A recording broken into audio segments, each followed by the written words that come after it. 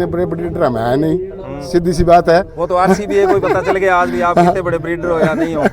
इतने बड़े ब्रीडर नहीं है, घर पे रखनी है, 2-4 रखनी है, जिसकी सेवा कर सके उतनी ही रखो जितनी सेवा कर सको। साथियों नमस्कार। जो RCBA के द्वारा जो नेशनल एग्री एक्सपो जो लगाया जा रहा है उसमें थार पारकर जो 2 दांत की जो खीरी है उसमें इस बछड़ी ने प्रथम स्थान प्राप्त किया है।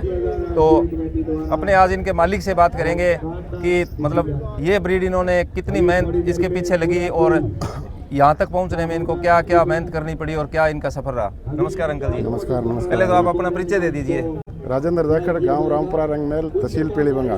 ठीक है, तो थोड़ा इसके बारे में बताएं दर्शकों को भी, इसकी माँ का क्या डिटेल है या इसकी माँ जो CCBF सूरतगढ़ फार्म की थी जी। वो वहाँ पे मैं लेके आया था। तो उसके बाद मेरे पास लाने के बाद मैंने ज्ञापन कराई। ठीक है जी। और ये 20-841 की बच्ची है। 20-841 की ये बच्ची है। ये बच्ची है। ठीक है। इसका माँ का टैग नंबर था 7635 CCF में। और इसकी माँ का मिल्क रिकॉर्ड कितना था अधिकतम? 18 किलो था। 18 किलो डेली का। अच्छा, किलो के हिसाब से। हाँ, किलो के हिसाब से। तो इसकी एज कितनी होगी अब इसकी एज 22 महीने। तो ये शौक कैसे लगा? मैन तो बात शौक की होती है। शौक तो ऐसे था जी, शौक तो बचपन से ही था।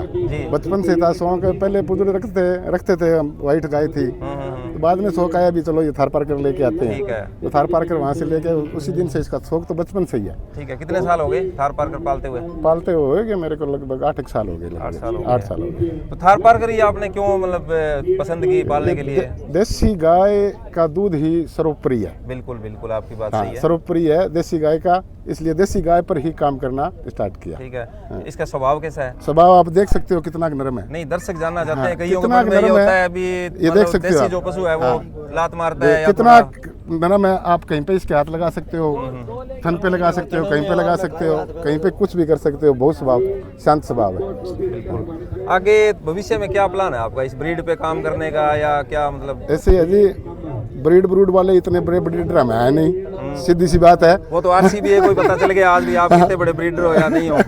इतने बड़े ब्रीडर नहीं है, घर पे रखनी है, 2-4 रखनी है, जिसकी सेवा कर सके उतनी ही रखो जितनी सेवा कर सको और उसकी अच्छी तरह से सेवा करो। यानी इनका मानना है कि पशु चाहे कम रखें लेकिन शौक से उनको पालें, उसकी जो फीडिंग है, उनका जो खाने पीने का शेड्यूल है, रखने का है, साफ सफाई का, वो अच्छा होना चाहिए। ये बात है। जसविंदर जी हैं, ये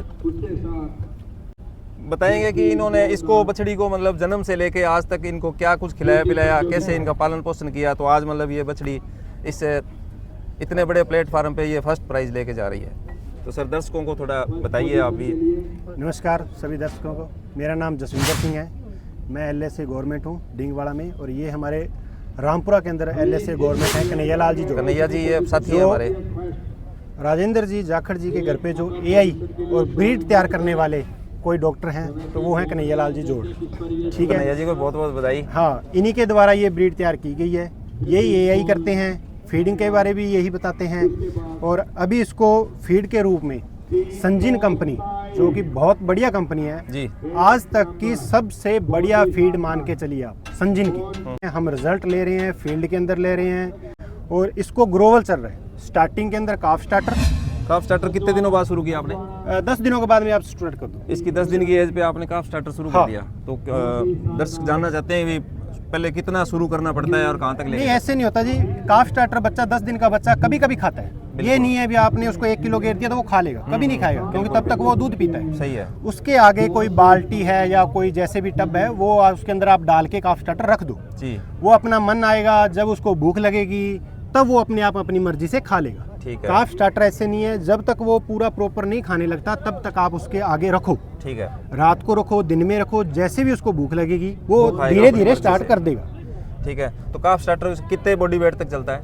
ये इन संजीन कंपनी के द्वारा जो बताया हुआ है 5 महीनों तक 5 महीने तक आप काफ काफ स्टार्टर दे सकते हैं। उसके बाद में इसका ग्रोवर नाम का गट्टा आता है। ग्रोवर फीड। हाँ, ग्रोवर फीड आती है। ठीक है। जो वो चलती है जब तक आप की गाय या बछड़ी के अंदर AI नहीं हो जाती तब तक वो ग्रोवर देंगे। ठीक है। हाँ, AI के बाद में वो बंद हो जाता है। ठीक है। उसके बाद में इनका हीफर आता है जी। और हीफर आप देंगे जब तक बछड़ी 8 महीनों तक गैप बने। 8 महीनों तक आप हीफर देंगे। उसके बाद हीफर के बाद लास्ट महीना रहेगा, तब आप इनको संजीन कंपनी का ट्रांजैक्शन के 2 बैग संजीन कंपनी, जी जी 3 किलो रोज का, 1.5 किलो सुबह शाम। आप इसको ग्रोवर भी देंगे तो भी 3 किलो सुबह शाम, 1.5 किलो सुबह शाम। हीफर भी 3 किलो ठीक है। सुबह शाम, 1.5 किलो।